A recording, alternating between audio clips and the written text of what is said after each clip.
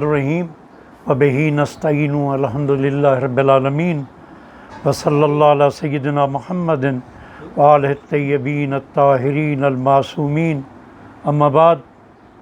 بسم اللہ الرحمن الرحیم قال رسول اللہ صلی اللہ علیہ وآلہ وسلم انا مدینۃ العلم وعلی بابھا۔ صاحبان فکر و شعور، فرزندان ماہ رمضان، رب ذوالجلال کا یہ بھیجا ہوا عظیم مہمان اور دو طرفہ تعلق رب ذوالجلال نے اس مہینے میں رکھ دیا کہ اس مہینے کو ہمارا مہمان بنا کر بھیجا اور ہمیں رب ذوالجلال نے اس مہینے میں اپنا مہمان بنا لیا۔ ماہ مبارک رمضان ہے، نوجوان بیٹھے ہیں تاکہ ذہن میں عظمت ماہ سیام راسخ ہو۔ کائنات عالم کا خالق سال کے 365 دنوں میں رزق دینے والا وہ ہے، ہماری مشکلات کو حل کرنے والا وہ ہے، ہمارے مسائل کو حل کرنے والا وہ ہے، وہ رب کریم جو پتھر کے نیچے ایک چونٹی کو بھی رزق دیتا ہے، وہ اتنا عظیم رزاق ہے کہ ہمیں بھی رزق دیتا ہے۔ سال کے 11 مہینوں میں وہ رزق دیتا ہے ہمیں خالق کی حیثیت سے۔ اس ماہ مبارک رمضان کو اتنی عظمت دے دی خالق کائنات نے کہ اس ماہ مبارک میں روزہ دار کو اس نے اپنا مہمان قرار دے دیا۔ تو جتنا بڑا کوئی میزبان ہوگا اس مہمان کی بھی اتنی عظمت ہوگی، جتنا شریف میزبان ہوگا مہمان کو بھی اتنا شریف بننا ہوگا۔ لہٰذا ہم نے شرافت کا مظاہرہ کرنا ہے۔ بڑے اختصار کے ساتھ کتنے وقت میں گفتگو سب کو مجھے اشارہ کر دیجیے۔ ایک دفعہ آواز بلند صلوات پڑھ دیں۔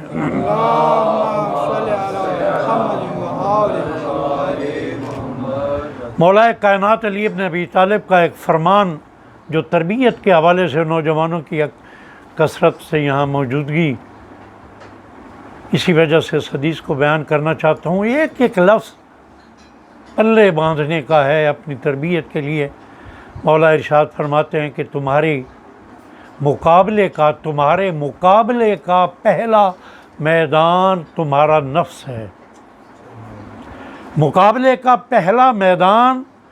تمہارا نفس ہے۔ اپنے نفس سے مقابلہ کر کے اپنے آپ کو آزما لو، تم غلام ہو یا آزاد ہو۔ یہ ماہ مبارک رمضان اسی نفس کی غلامی سے آزادی کا مہینہ ہے۔ یہ ماہ مبارک رمضان علماء اخلاق نے بیان فرمایا کہ کچھ ایسی چیزیں ہیں جو برائی کا مؤثر ترین ذریعہ بنتی ہیں۔ اس میں حب جاہ ہے، مقام کی محبت، شہوت کی انسان کے اندر محبت، نیند کی محبت، مرد کے لیے عورت کی محبت، اقتدار کی محبت، سکون و آرام کی محبت۔ اگر ساری چیزوں کو آپ دیکھیں کہ جنہیں علماء اخلاق نے کہا ہے کہ یہ وہ محبتیں ہیں جو انسان کو ڈی ٹریک کرتی ہیں، جو شیطانی وسوسوں میں انسان کو پھنساتی ہیں، تو اس ماہ مبارک رمضان میں انسان کے اندر سب سے جو غالب چیز آ جاتی ہے وہ اللہ کی محبت ہوتی ہے۔ کسی منصب کی محبت انسان کے دل میں نہیں رہتی۔ ایک روزہ دار جب 16 گھنٹے کا روزہ گزارتا ہے تو اس کا پورا نفس، اس کا پورا وجود اپنے اللہ کا مطیع ہو چکا ہوتا ہے۔ اور میں یہاں پہ ایک بات کروں نوجوانوں، اس کو ذرا ایکسرسائز کیجئے گا۔ کائنات انسانیت میں اس کرۂ ارض پر ہر انسان سکون کے لیے ترستا ہے، سکون چاہتا ہے۔ آپ تجربہ کر چکے ہوں گے، آج 18واں روزہ آپ نے افطار کرنا ہے۔ کائنات عالم کی کوئی ایسی نعمت اتنا سکون نہیں دیتی جتنا وقت افطار پانی کا ایک گھونٹ انسان کو سکون دیتا ہے۔ اتنی بڑی حکمت رکھ دی اس روزے کے افطاری میں رب ذوالجلال نے، تو پورا اس روزے کا فلسفہ کس قدر انسان کو سکون و قرار دینے کا، ہمیں لوگ ایک دفعہ باضمن صلوات پڑھیں۔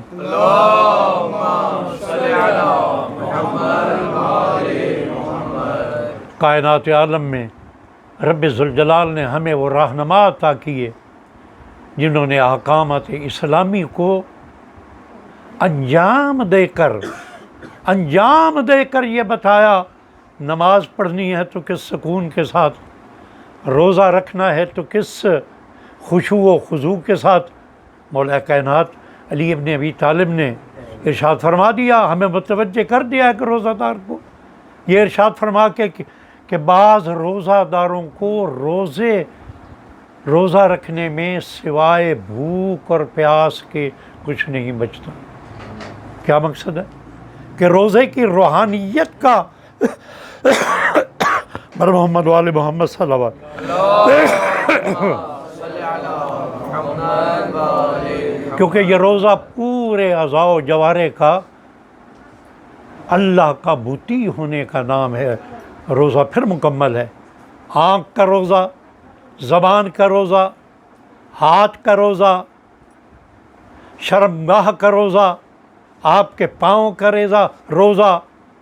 پورا وجود انسانی جب مطیع خالق اکبر بن جائے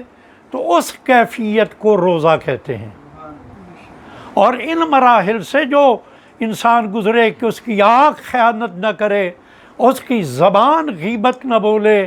اس کے ہاتھ سے کسی پہ ظلم نہ ہو، اس کے قدم کسی برائی کی جانب چل کر نہ جائیں، اس کی فکر کا کوئی ایک زاویہ برائی کی جانب نہ سوچ رہا ہو، تو یہ ہے روزہ دار، یہ ہے صائم، کہ جس کے لیے رب ذوالجلال اپنی جنت کے دروازے کھول رہا ہے، کہ جس روزہ دار کے لیے اللہ تعالیٰ یہ اہتمام کر رہا ہے کہ وہ اپنے سکون کے لیے بستر پہ سو رہا ہے، نیند کی آغوش میں جا رہا ہے، وہ آغوش نیند میں ہے، لیکن رب ذوالجلال اس کے سونے کو عبادت شمار کر رہا ہے۔ یہ سانس ہم لیتے ہیں اپنی زندگی کی بقا کے لیے، یہ سانسوں کی آمد و شد ہماری زندگی کی بقا کے لیے ہم اس کو انجام دیتے ہیں۔ کتنا کریم ہے وہ اللہ کے روزہ دار کے اس عمل کو بھی عبادت میں شمار کر دیتا ہے۔ کس لیے؟ شرط کے ساتھ، اگر اس کا پورا وجود اپنے رب کا مطیع ہے تو ہم کائنات عالم کے اس عظیم روزہ دار کی یاد ہم منانے کے لیے یہاں پہ موجود ہیں، جس کی شب ضربت ہے آج کی یہ شب، کہ میں جن کے بارے میں اکثر کہا کرتا ہوں کہ کائنات عالم کا وہ کامیاب ترین انسان کہ جس نے ببانگ دہل اپنی کامیابی کا اعلان کرتے ہوئے یہ ارشاد فرمایا، فزت و رب الکعبہ، رب کعبہ کی قسم علی کامیاب ہو گیا۔ علی ابن ابی طالب جنگوں کا فاتح۔ عظمت علی ابن ابی طالب کیا ہے؟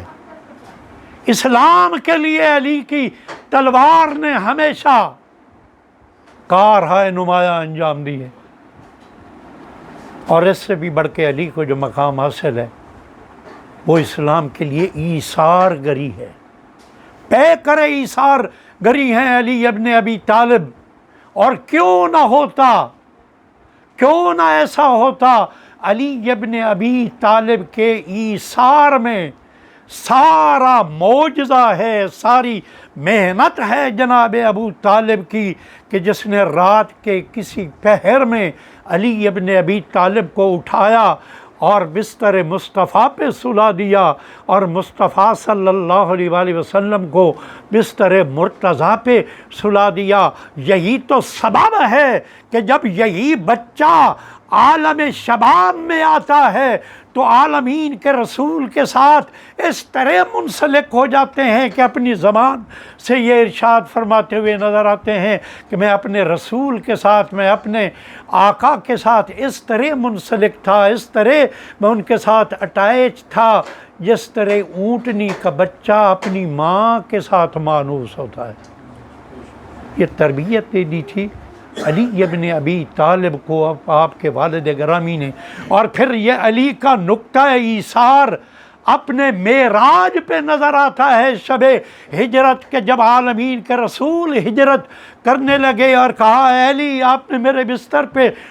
سونا ہے۔ اب یہ تربیت جناب ابو طالب کا کمال یہاں پہ علی ابن ابی طالب کے اس جملے میں نظر آتا ہے، جب عالمین کے رسول نے یہ ارشاد فرمایا اے علی میں ہجرت کرنے لگا ہوں، امانتیں بھی تجھے دے کے جا رہا ہوں، یہ امانت آپ نے اس کے مالکان تک پہنچانی ہے۔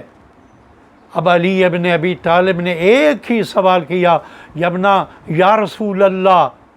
میرے اس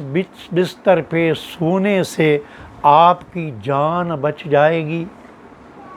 تو گویا علی ابن ابی طالب ایثار گری کے اس مرحلے پہ تھے کہ جو باپ نے تربیت دی تھی، یہ نہیں پوچھا کہ میں اس پہ سو جاؤں گا۔ اور یہاں بھی علی کے یقین کا امتحان ہے، جب عالمین کے رسول نے یہ ارشاد فرما دیا اے علی تو نے امانتیں منتقل کرنی ہیں، ان امانتوں کے جو حقدار ہیں، تو علی سمجھ گیا جو عالمین کا رسول اتنا ارشاد فرما رہا ہے، صادق رسول جب یہ ارشاد فرما رہا ہے کہ آپ نے یہ امانتیں دینی ہیں، تو گویا رسول میری زندگی کی ضمانت مجھے عطا کر رہے ہیں۔ لہٰذا آج جس شب میں ہم داخل ہو رہے ہیں، یہ کائنات عالم کے اس عظیم روزہ دار کی افطار کی شب ہے کہ جب بیٹی نے جناب ام کلثوم نے روزہ کشائی کے لیے ایک دودھ کا پیالہ، ایک نمک رکھا، اور علی ابن ابی طالب نے کہا ہے میری بیٹی کیا تو نے آج تک اپنے باپ کو 2 خوراکوں کے ساتھ روزہ افطار کرتے دیکھا ہے؟ دودھ کا پیالہ اٹھا لیا، نمک سے روزہ افطار کیا، ہو گیا روزہ افطار۔ علی جو شب زندہ دار ہے، علی روایات یہ بتاتی ہیں کہ بار بار اپنے حجرے سے نکلتے اور آسمان کی طرف دیکھتے، گویا وعدہ الہی کے منتظر ہیں، اور کبھی ستاروں سے مخاطب ہو کے کہتے ہیں اے ستاروں گواہ رہنا، تم نے کبھی علی کو سوتے ہوئے نہیں دیکھا، علی نے تمہیں طلوع ہوتے ہوئے اور ڈوبتے ہوئے دیکھا ہے۔ بھاپ گئے اہل خانہ، بیٹی کو پتہ چل گیا آج کوئی خاص بات ہے، اور جب مسجد کوفہ کی جانب جانے لگے تو گھر میں پالی ہوئی بطخیں تھیں، امام کے دامن کو تھام لیا، گویا زبان بے زبانی میں کہہ رہی تھیں او میرے کریم مولا آپ کے مقام کو نہیں پہچانا تو اس امت نے نہیں پہچانا، مولا ہم بطخیں ہیں، جانور ہیں، لیکن ہم جانتے ہیں کہ تو کتنا عظیم امام ہے۔ وازاداران مظلوم کربلا یہ تو جاندار تھی، حتیٰ کہ گھر کی کنڈی نے دامن مرتضیٰ کو تھامنے کی کوشش کی۔ علی آئے مسجد میں بڑے اختصار کے ساتھ، نماز کا وقت ہوا، کھڑے ہوئے نماز کے لیے، اور ایک شقی جو وہاں پہ موجود تھا مولا کائنات کے سر اقدس پہ ضرب لگائی، تلوار کی ضرب لگائی، کون سی تلوار؟ جو زہر میں بجھی ہوئی تھی، ایسی ضرب لگی کہ کائنات عالم کی فضاؤں میں ایک آواز بلند ہوئی، قد قتل علی ابن ابی طالب، اور فرشتوں کی صدائی، جبرائیل کی صدائی، ہدایت کے ارکان ٹوٹ گئے، علی ابن ابی طالب مسجد کوفہ میں شہید ہو گئے، عزاداران مظلوم کربلا میرے مولا کے زخمی جسد اقدس کو ایک چادر میں ڈال کر گھر کی طرف چلے ہیں جناب حسنین، اور جب گھر کے قریب پہنچے اطلاع مل گئی خانہ علی ابن ابی طالب میں مولا کے جسد زخمی میں سے خون بہ رہا ہے سر اقدس سے، کہ کانوں میں بیٹیوں کے رونے کی آواز آئی۔ کہا حسن میرے ساتھ جو صحابہ چل رہے ہیں انہیں کہو کہ واپس چلے جائیں۔ مولا آخر ایسا کیوں ارشاد فرما رہے ہیں؟ مولا گویا میری بات کا جواب دیتے ہوئے کہیں گے، او میرے مولا کے عزادار، او میری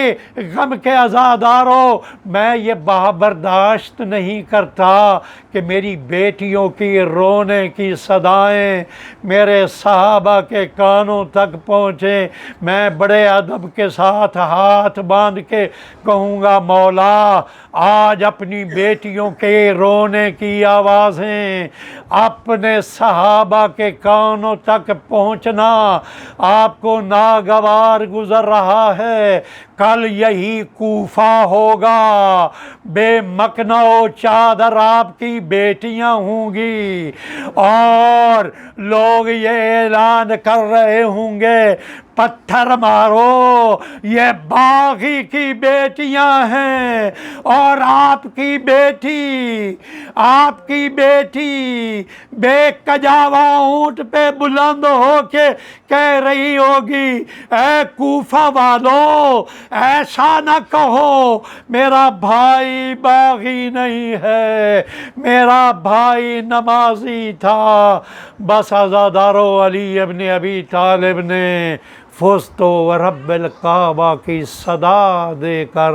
ہمیں یہ بتا دیا کہ کامیابی کا اعلان، کامیابی کا یقین اس وقت کرنا جب شہادت کی موت سے ہمکنار ہو جاؤ، جب تمہیں یہ یقین ہو جائے کہ اپنی زندگی کا آخری لمحہ بھی آپ نے اطاعت الہی میں گزار دیا ہے۔ مل کے دعا کرتے ہیں، ہمارے الہ ہمیں فزت و رب الکعبہ جو علی کا معیار یقین ہے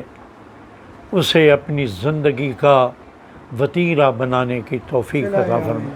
ہمیں بھی اپنی زندگی کو اتنا پاکیزہ بنانے کی توفیق عطا فرمائے۔ اگرچہ بستر بیماری پہ مر رہے ہوں لیکن علی ابن ابی طالب کا دیدار اس بات کی گواہی دے دے کہ کامیاب زندگی گزاری۔ تو ماتم مولا کائنات علی ابن ابی طالب، یا علی علی